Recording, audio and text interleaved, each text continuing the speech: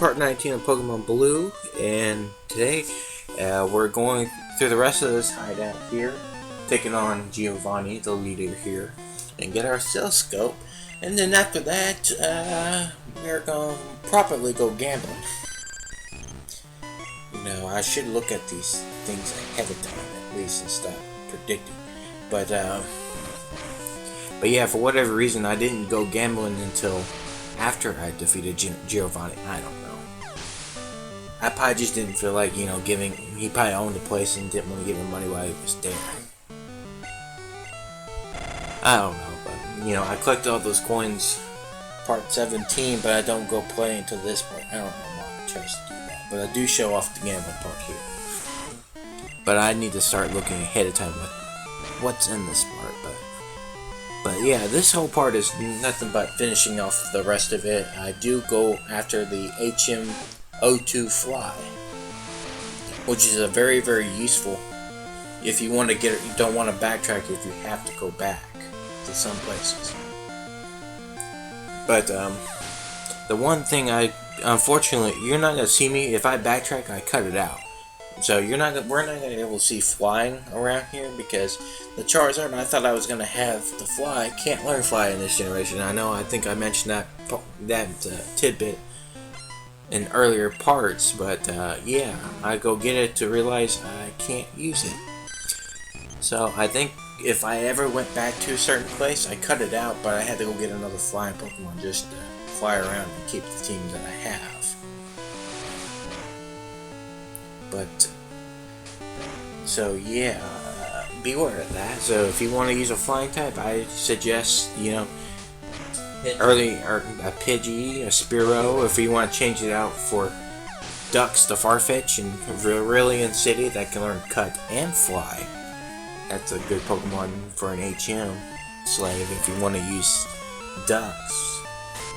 It'll do well with Farfetch. Yeah, but you get this right at the area right before you get fly. Yeah, but you still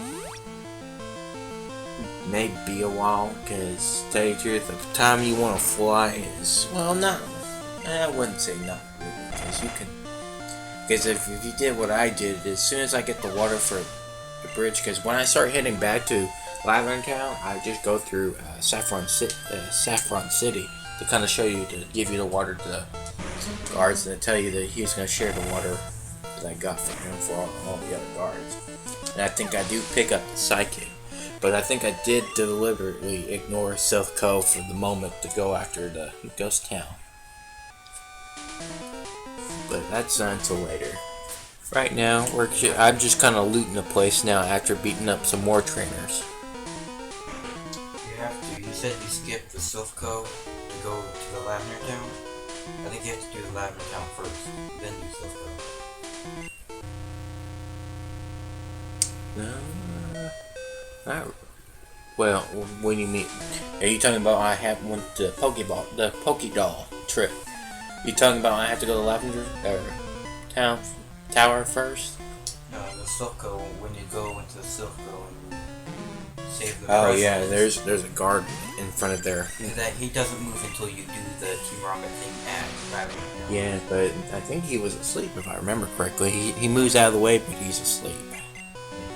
He decides to move one square over just to sleep.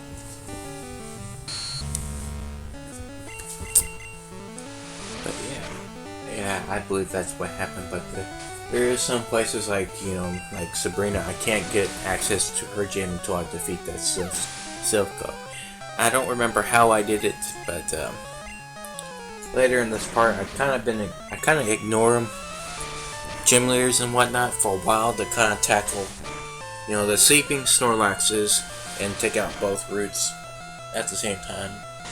Kind of getting like, I do end up getting like Surf and Strength, even though I can't use them at that point in time, but I still go on my way to get them before fighting the gym leaders and whatnot. But like I said, that's not until later. I think, and those parts is what's going to take up the bulk of this playthrough. This is me battling more random trainers for these next couple parts, because once I beat Erica, I think there's a big drought of fighting gym leaders in these parts. simply because I'm going out of my way to go fight other random trainers, really. But at least, you know what? I think that's what gives this generation more freedom to go do what you want. Even though, other Pokemon games can do it too. This one I didn't think really had that intention in mind to do, but you can actually, while it becomes linear at the first part, you can kind of explore at some point later. Meaning by cheating or glitching out, sure, but it's always fun to do. But yeah, we're just kind of going through all these Team Rocket members that kind of just stand in our way. And this is, at this part what we're watching here, this is where you run into Jesse and James here. Instead of these two trainers that we're fighting right now, this is where you run into Jesse and James here in Pokemon Yellow, which I will show at the end of the yellow part here. And the yellow part, it's not going to be as long as blue, because I'm just cutting straight through, important, like your rival battles, your gym battles, the Jesse and James battle in the Elite Four, and the occasional Mewtwo, which I don't catch. I catch it here in the blue part, but yellow I kind of actually straight up fight it. And you have to battle these trainers, right? Yeah, for you to open that door, you have to fight these trainers. And behind the story is the leader. He's still a Charmander. So I haven't figured out the fly don't work with him yet. Not even at level 30. No, because if you've been paying attention, Victorian's been the MVP here. And like this, well, of course, I've been trying to level Victorian up.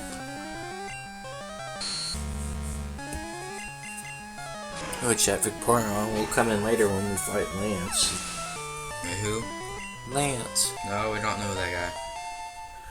I don't know what you're talking about. I have no idea what you're talking about. If you want to put it down first time, fine. But I think for a game that's 20 years old... No, we don't know. It's not as cool as Sandshrew. But it's still... I don't know why I sent Raichu out there. Well, that was a bad mistake. Considering that, your only weakness is ground. I know. It's a good thing it hasn't learned with ground attacks except for sand attack. And Swift is so broken that it will never miss. That's because it does never miss. That's how it's meant to. Unlike in the anime, where Swift does miss. It's been a while since I watched it anyway, so... I don't watch it. I haven't watched it in like 4 months. I don't care. No. That was the most annoying thing, that you had such a small bag in Generation 1 Yeah. At least they kind of... And 3. Diverse... Well, they diverse 3 a little bit, at least. No, 3, you can still run out of space pretty fast. Sure, but at least it's not one huge bag like the first 2 generations. At least they spur it out with berries, TMs, and whatnot. Yeah, like it's all in one slot. Yeah, because in this generation, they're all in one slot. That's why it takes so much compared to the others.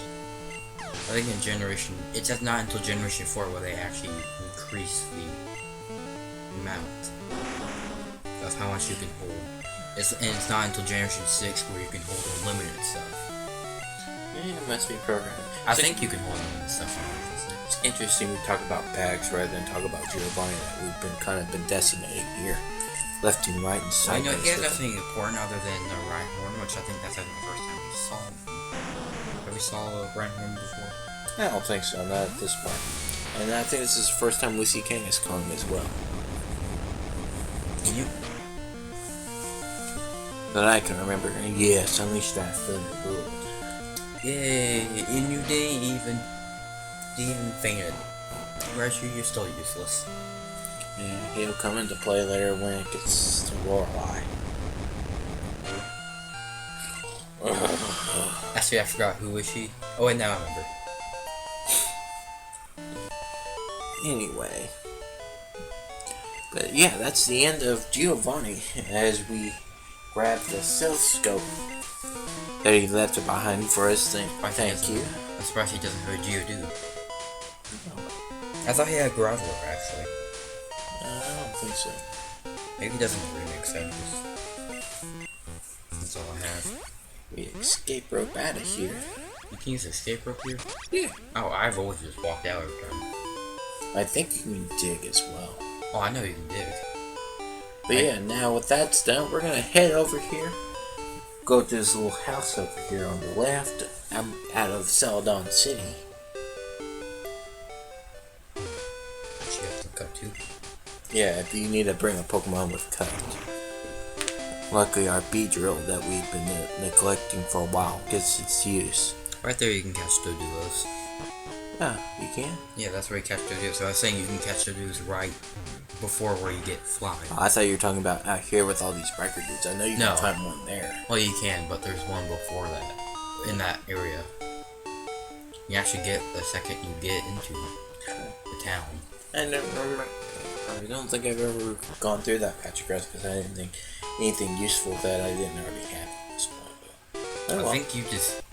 I don't remember. I remember getting Doduos, and I think that's all I remember. I know you can get more, but that's all I remember there. So, with that taken care of, we're gonna go gambling. Yeah. Yeah. 10 years old and we're gambling. We already mentioned about, gambling and taking out other generations, but here, if we haven't said it in previous parts, the goal of gambling is to get enough coins where you can get some prizes, some TMs, and some Pokemon, which I think the most noteworthy Pokemon to get here that you cannot catch anywhere is a Porygon. Which no one really wants. It is too hard, too annoying, too much money. See, I don't remember if I don't think I want anything at all. I kind of just show off. Well, you don't want that Porygon that's useless? No, I don't go after my life. Yeah, I don't think I didn't get anything at this time. So, that's the end of this part, so see y'all later at part 20.